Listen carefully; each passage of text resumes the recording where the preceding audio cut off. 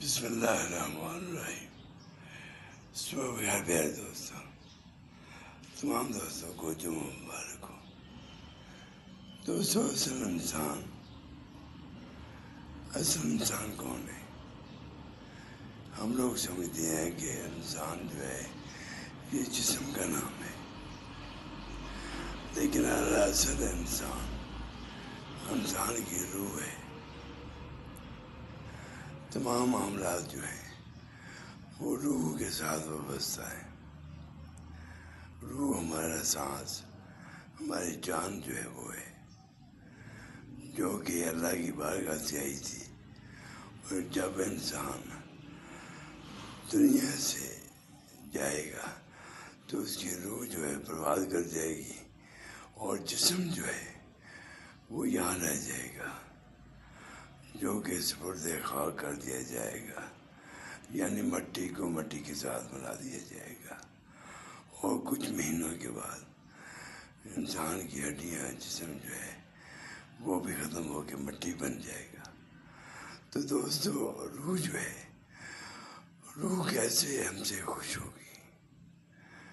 روح خوش ہوگی کہ وہ اللہ کی بارگاہ سے آئی تھی، اور اللہ کی احکام کے مطابق ہی اس نے دنیا میں وقت گزارنا تھا، لیکن ہماری نفسانی خواہشات، نفس کی خواہشات، دنیا کی ہوس، دنیا کا جو پیار تھا، اس سے روح جو ہے وہ ناپاک اور نالاں ہو جاتی ہے۔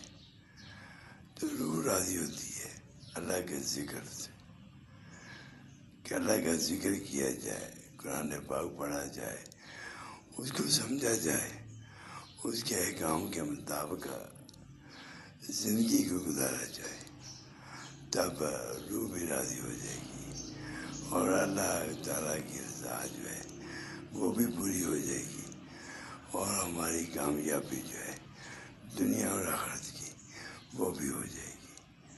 تو دوستو، اپنے پہ رحم کرو۔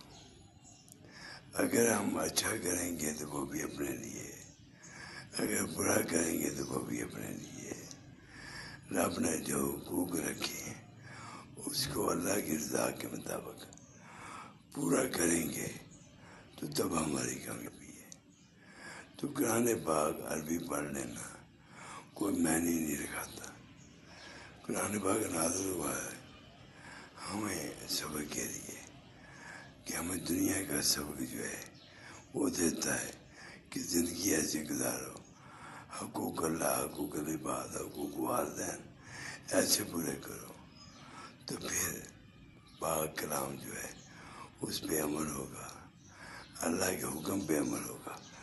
اللہ ہم سب کو دین کو سمجھنے کی، اس پہ عمل کرنے کی توفیق عطا فرمائے، اور اللہ تعالیٰ ہمارے حالات بہتر فرمائے، ہمیں دنیا کی مشکلات سے، شیطان کی شر سے، لوگوں کی شر سے بچائے۔